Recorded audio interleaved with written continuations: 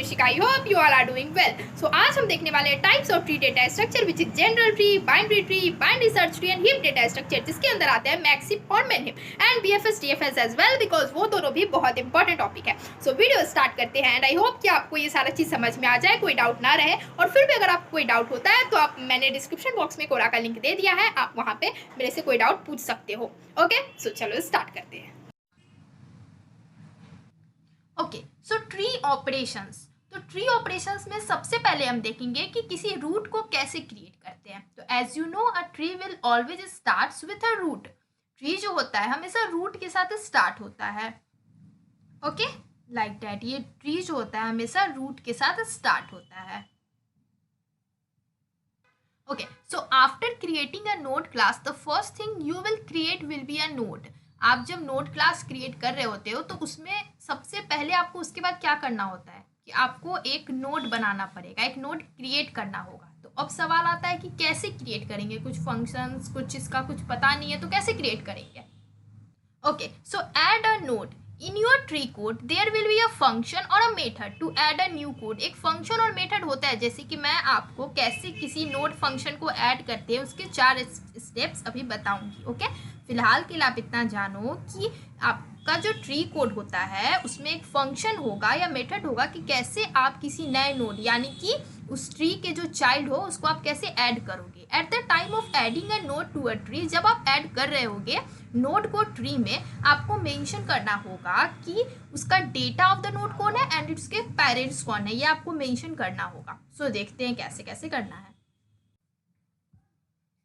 Okay, so add node function. The function to add a node usually perform 4 things. First, take the node data and the parent node as an input parameter. सबसे पहले कि आप एक node data लोगे और parent node लोगे input parameters में, हमारे कुछ input parameters होंगे जिसमें हम input लेंगे node data और parent node को। Okay?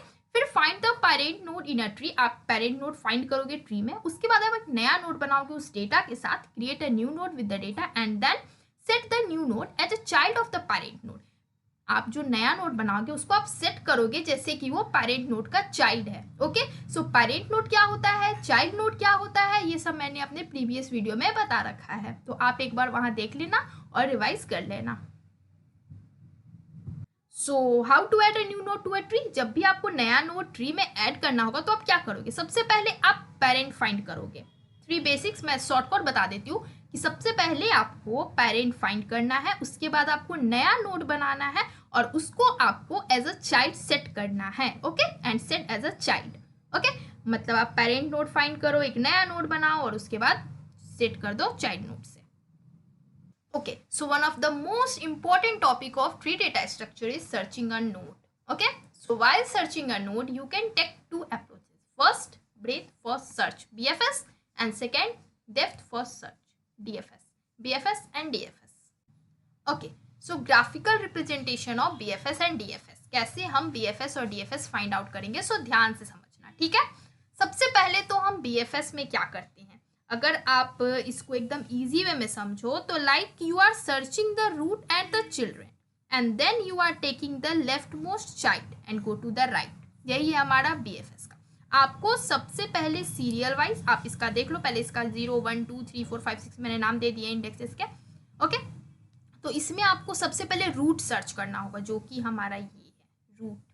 फिर यहाँ आएंगे तो ये और ये रूट है। ओके, तो सबसे पहले हम रूट सर्च करेंगे और उसके चिल्ड्रेन, ये रूट है तो इसके 2 चिल्ड्रेन हैं, ये रूट है तो इसके 2 children and then left most को उठा लेंगे।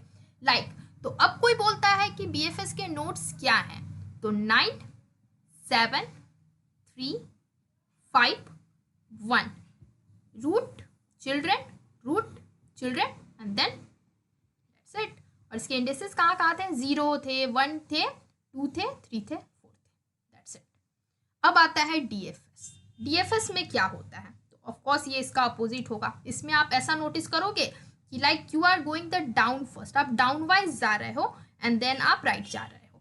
तो डाउन वाइज लाइक यहाँ पे जो हमारा नोट्स होगा वो होगा 9 7 5 1, बल्कि यहाँ हो रहा था 9 7 3 5 1, क्योंकि यहाँ पे हम रूट और देन चिल्ड्रेन, और यहाँ पे हम डाउन जा रहे हैं, हमको मतलब नहीं है कि यहाँ से क्या निकल रहा है क्या नहीं निकल रहा है, बस 9, फिर यहाँ है तो 7, फिर इसका 5 एंड देन 1। तो इंडिसेस 0 1 3 4। बहुत ईजी है, आप थोड़ा देर अपना दिमाग शांत करो और इसको अच्छे से देखो, आपको समझ आ जाएगा कि यहाँ क्या हो रहा है और यहाँ क्या नहीं हो रहा है। मीन्स ये दोनों का सिंपल सा ट्रिक है कि आपको बीएफएस में सबसे पहले रूट चिल्ड्रन फाइंड करना है एंड देन लेफ्ट मोस्ट उठा लेना है, और आपको डीएफएस में क्या करना है कि डेप्थ, नाम से ही लग रहा है एकदम नीचे तक जाते रहना है, आपको सी जाते रहना है डेप्थ जहाँ तक है। तो 0 1 जैसे जा रहा है वैसे आप लिखो एंड देन राइट चले जाओ, simple. So we can use DFS और BFS to find a node in a tree। जब भी ट्री में नोड फाइंड आउट करना होगा हम BFS और DFS का यूज करेंगे, और ये काफी इजी था, आप ग्राफ से देखो आपको यूं मिनटों में समझ आ जाएगा। बस याद रखना कि BFS में हम रूट चिल्ड्रन देखते हैं, लेफ्ट मोस्ट उठाते हैं, और DFS में हम डेप्थ नीचे तक जाते रहते हैं, देन राइट की तरफ मुड़ जाते हैं। Okay, so the last topic is types of tree. तो जहां तक मुझे पता है कि 4 टाइप्स के ट्री होते हैं। पहला तो normal tree, general kind of tree, उसके बाद बाइनरी ट्री, फिर binary search tree and heap, जिसमें हम मैक्स और मिन देखेंगे। सो बात करते हैं ट्री और बाइनरी ट्री का सबसे पहले। उसके बाद बाइनरी सर्च ट्री थोड़ा देखेंगे एंड देन उसके बाद हीप के बारे में थोड़ा सा जानेंगे। ये एक स्पेशल टाइप का ट्री डेटा स्ट्रक्चर है। जब भी आपसे कोई पूछता है कि हीप क्या है तो आप नॉर्मली बोल दो स्पेशल ट्री डेटा स्ट्रक्चर। तो सबसे पहले हम ये दोनों को कवर करते हैं कि ट्री और बाइनरी ट्री क्या अंतर है, कैसा दिखता है, ये सब। ओके, सो ये है हमारा जनरल ट्री और ये है हमारा बाइनरी ट्री। जनरल ट्री में क्या है, बहुत सारे नोड्स निकले हैं, बहुत कुछ जैसे सो मन पता नहीं। ये है हमारा एक नॉर्मल ट्री, जनरल ट्री, और ये है हमारा बाइनरी ट्री। बाइनरी ट्री में क्या होता है कि a binary tree could have a maximum of 2 children. मैंने अपने प्रीवियस वीडियो में डिटेल में बताया है कि जनरल ट्री क्या होता है और बाइनरी ट्री क्या होता है, क्या डिफरेंसेस है। आपको पता होगा कि बाइनरी ट्री के पास कम से कम 2 चिल्ड्रन होने ही चाहिए। जैसे ये हमारा पेरेंट्स, इसके 2 चिल्ड्रन, पेरेंट इसके 2 चिल्ड्रन, पेरेंट इसके 2 चिल्ड्रन, इस टाइप में होना चाहिए। जब भी आपको इस टाइप का कुछ ऑर्डर दिखे ना, आप उसे बाइनरी ट्री कह देना। Hence in a binary tree any given node could have 0। कोई का भी नोड आप 0 मान सकते हो। लाइक इसके पास कोई तो चाइल्ड है नहीं, लेकिन हाँ इसका एक मेन पर्पस है कि एटलीस्ट 2 चाइल्ड नोड होने चाहिए। Okay, they can not have more than 2 nodes. इसके जो 2 नोड है, अब इसके 3 नोड नहीं निकल जाएंगे, ये हमेशा याद रखना, ठीक है। जैसे यहाँ देखो 1 2 3 4 कितने भी निकल गए, बट यहाँ 2 2 सबके 2 2। तो ये याद रखना कि मैक्सिमम उसके पास 2 ही चिल्ड्रन होने चाहिए बाइनरी ट्री में। ये मेन डिफरेंस है जनरल ट्री और बाइनरी ट्री का। सो ट्री और बाइनरी ट्री का तो डिफरेंस समझ में आ गया कि इसके पास कितने भी नोड्स हो सकते हैं, लेकिन इसके पास बस मैक्सिमम 2 नोड्स होंगे, 2 चाइल्ड नोड्स होंगे। ओके, अब देखते हैं बाइनरी सर्च ट्री क्या होता है। Okay, so binary search tree BST, जिसको हम शॉर्ट फॉर्म में बोलते हैं, special kind of binary tree. ये बाइनरी ट्री का एक स्पेशल काइंड है। It maintains 2 rules. First, the value of the left child will be smaller than the value of the parent node. जो left child का value होगा वो छोटा होना चाहिए पेरेंट नोड के वैल्यू से, and the value of the right child will be higher than the value of parent node. और हमारा जो लेफ्ट चाइल्ड का वैल्यू होना चाहिए वो हायर होगा पेरेंट नोड के वैल्यू से। ओके, सो इसको सिंपली आप समझो तो सिंपली लेफ्ट चाइल्ड का वैल्यू पेरेंट नोड से स्मॉलर होना चाहिए एंड राइट चाइल्ड का वैल्यू पेरेंट नोड से बड़ा होना चाहिए। The value of the right child will be higher than the value of parent node. जितना पेरेंट नोड का वैल्यू है उससे जो हमारा राइट चाइल्ड होगा उसका वैल्यू ज्यादा होना चाहिए और लेफ्ट चाइल्ड का वैल्यू कम होना चाहिए, छोटा होना चाहिए। ओके, सो इसका एग्जाम्पल आप इस इमेज को देखो ध्यान से। You will notice for every node the left child is smaller than the parent. Left child parent से छोटा है, left child parent से छोटा है, left child parent से छोटा है। So ये चीज आपको दिखा कि आपका पेरेंट नोड बड़ा होना चाहिए और लेफ्ट चाइल्ड उससे छोटा होना चाहिए। 25 से छोटा 20, 20 से छोटा 10, 10 से छोटा 5। ओके, सो ये हो गया लेफ्ट का। Okay, similarly the right child is higher than the parent. Parent का 25 है तो चाइल्ड का 36 है। पेरेंट यहाँ पे ये पेरेंट्स हो गया तो इसके चाइल्ड का 40। जैसे ये बढ़ते गया और ये घटते गया, मीन्स ये पेरेंट नोड से छोटा होते जाएगा इसका चाइल्ड, और ये पेरेंट नोड से इसका चाइल्ड बड़ा होते जाएगा। ओके, सो इसे ही हम कहते हैं BST। एक प्रॉपर एग्जाम्पल उसका यही है कि आप यहाँ पे देखो, आपको लाइव दिख रहा है कि इससे ये छोटा है, इसका चाइल्ड नोड अपने पेरेंट से छोटा है और इसका चाइल्ड नोड अपने पेरेंट से बड़ा है, बड़ा बड़ा वैल्यू है। So this property makes searching faster. ये जो प्रॉपर्टी है इसके थ्रू आप बहुत जल्दी जल्दी सर्च कर सकते हो। Okay, okay, so max heap. Usually a heap is a special type of binary tree, जैसे बाइनरी सर्च ट्री भी स्पेशल टाइप था बाइनरी ट्री का, वैसे ही हीप भी एक स्पेशल टाइप है बाइनरी ट्री का. When the value of any parent node is higher or equal to any child node, the tree is called max heap. जब भी पेरेंट नोड का वैल्यू हायर और इक्वल होगा अपने चाइल्ड नोड से, उसे हम कहेंगे मैक्स हीप. एग्जांपल से समझते हैं.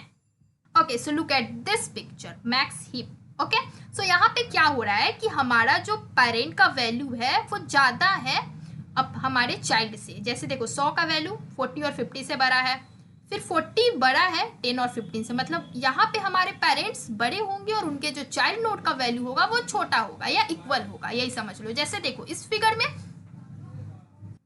जैसे कि 100 ये हमारा पेरेंट नोड है और ये दोनों इसके चाइल्ड नोड है. 40 50 एज यूजुअल छोटा है.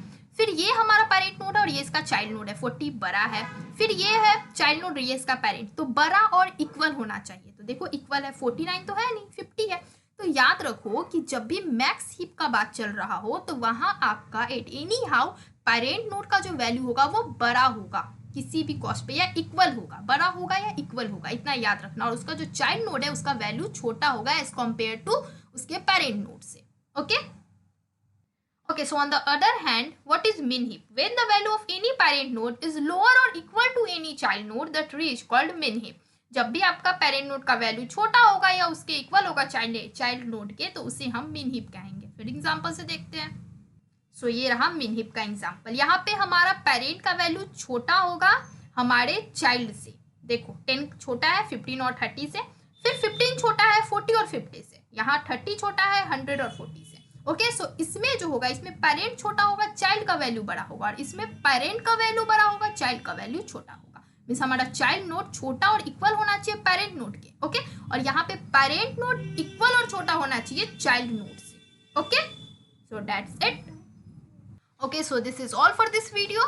Thanks for watching.